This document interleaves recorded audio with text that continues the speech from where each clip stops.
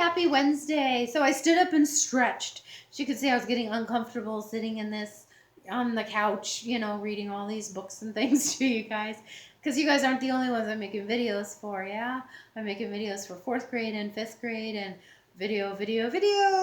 My husband jokes and calls me a star because, I'm putting him on YouTube. He's silly, but, fun, yeah? Okay, so today we are going to read chapter 7. And it's called Sahi Speaks Up. So let's see about Sahi, who we might find out why she's so quiet in class.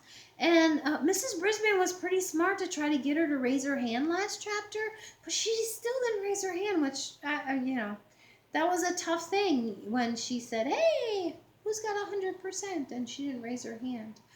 Smart thinking, though, of Mrs. Brisbane's part. So do you think Mrs. Brisbane is really mean like Humphrey thinks? Or do you think she's nice? Or what do you think about Mrs. Brisbane?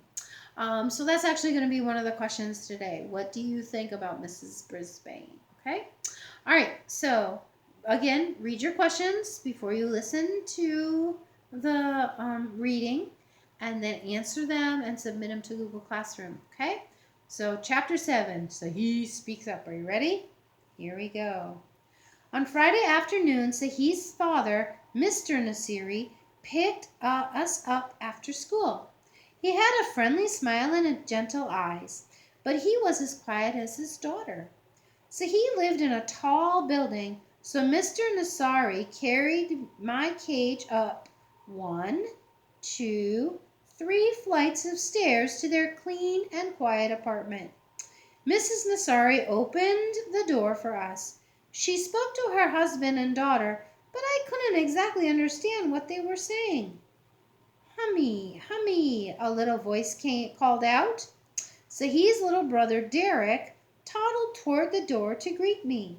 Say Humphrey, Sahi gently corrected him. Hummy, he said. The Nasiris put my cage in the living room, right in the middle of a big table.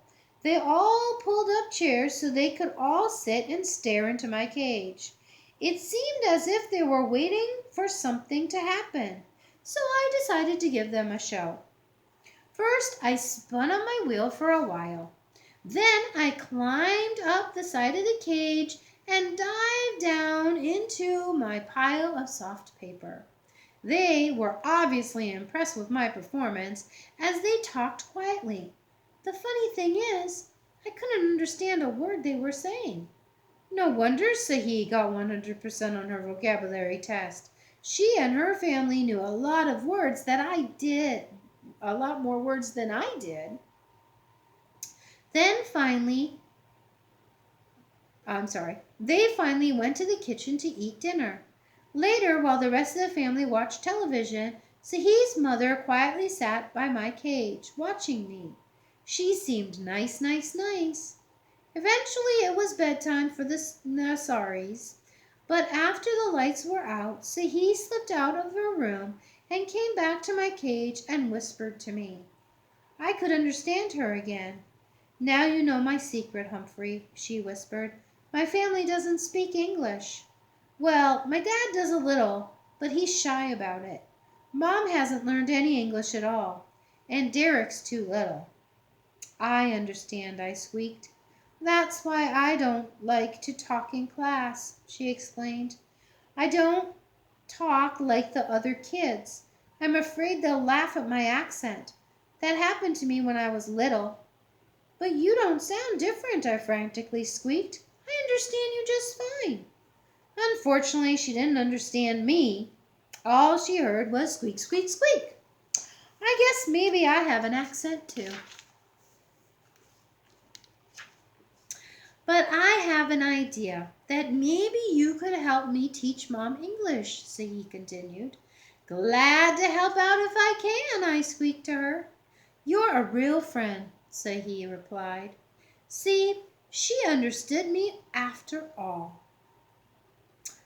The next day I dozed until late afternoon when Sahi led her mother back to my cage.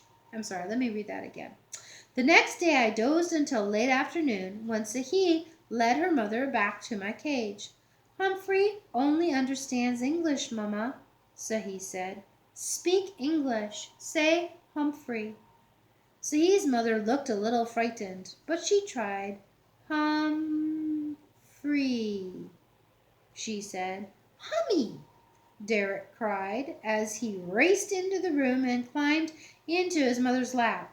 Say hello, Humphrey. Sahi gently instructed her mother.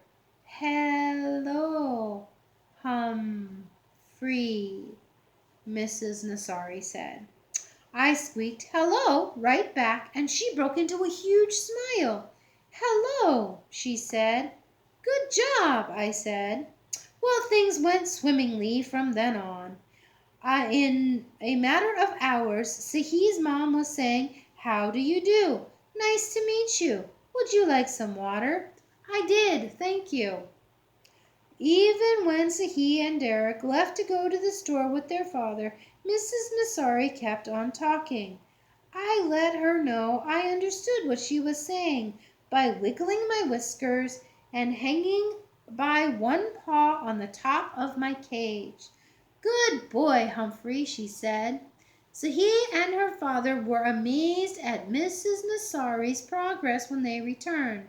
The family spent the rest of the evening practicing English. First, Sahi pretended to be a guest at the door. She went into the hall and knocked. Her mother opened the door. Hello, Sahi, she said. Won't you come in? Then Derek went out and knocked. Mrs. Nassari opened the door and said, Hello, Derek, won't you come in? He rushed in and toddled right over to the table shouting, Humphy, Humphy! Next, Sahi convinced her dad to practice English with her mom. What time is it? Asked Mrs. Nassari. What time is it? Sahi corrected her. I'm sorry. Let's start that again. What time it is? Asked Mrs. Nassari. What time is it? Sahi corrected. See how my mind automatically fixed that, yeah? Mrs. Nassari got it right the second time. Then Dad looked at his watch. 7:15, he answered. Would you like some tea? Mrs. Nassari asked. Yes, please. I would like some tea, Mr. Nassari answered. Guess what? They had a tea party right on my table. As a reward for all their hard work, I spun on my wheel as fast as my legs would go, and they all cheered. Later, after the lights went out, Sahi slipped out of her room to talk to me again. Thank you, Humphrey, she whispered. My mom says she's ready to go to English classes now, but I wish you were her teacher. So do I squeaked, and I meant it. There were more English lessons on Sunday, and Sahi showed Derek how to clean out my cage. Suddenly the boy began to giggle. Humphrey poop, he yelled. His English was improving too. On Sunday nights he gathered her family together.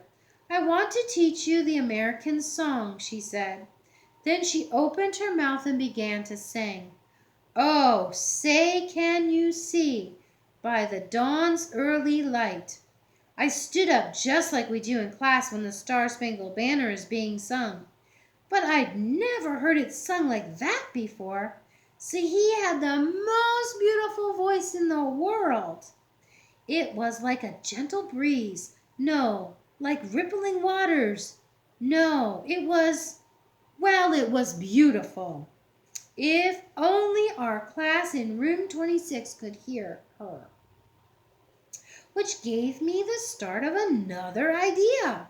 But I didn't have time to think much at all, because soon the whole family was singing the Star-Spangled Banner, and I squeaked right along with them, even on those high notes.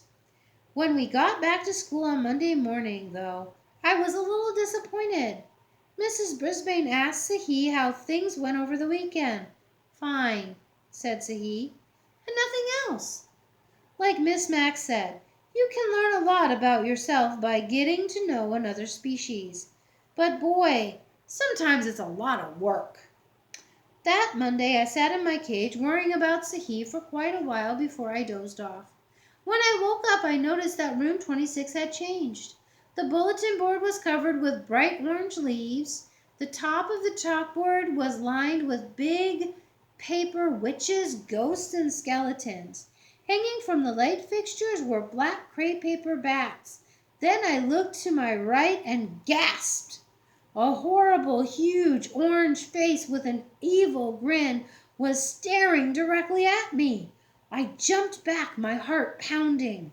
"Hey, Humphrey, don't you like old Pumpkinhead?" AJ whispered to me before from his seat nearby.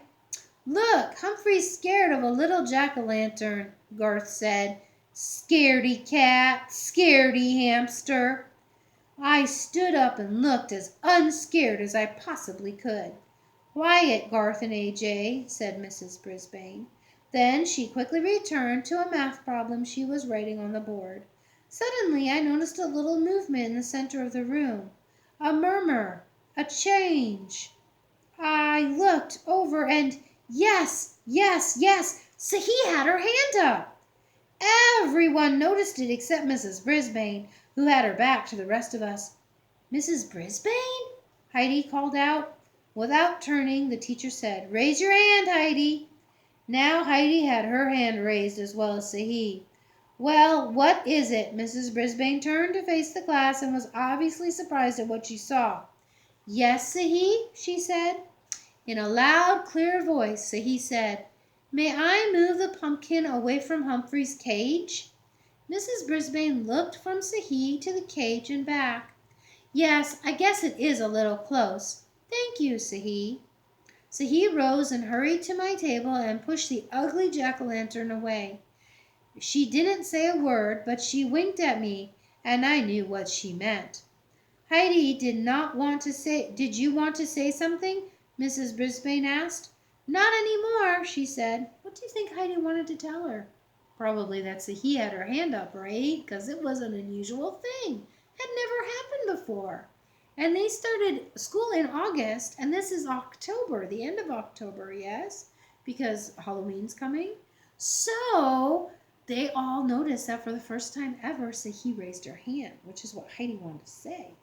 But once Mrs. Brisbane saw it, she didn't have anything else to say, right? All right.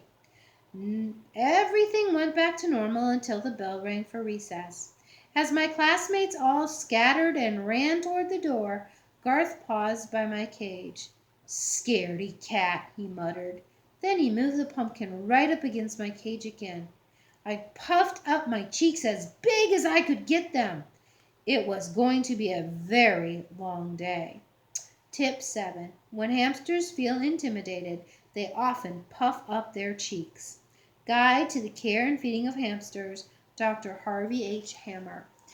So today's Wednesday. Please remember to study your vocabulary words for your test on Friday. So there won't be any reading on Friday in the Humphrey book, but there will be reading for your vocabulary test.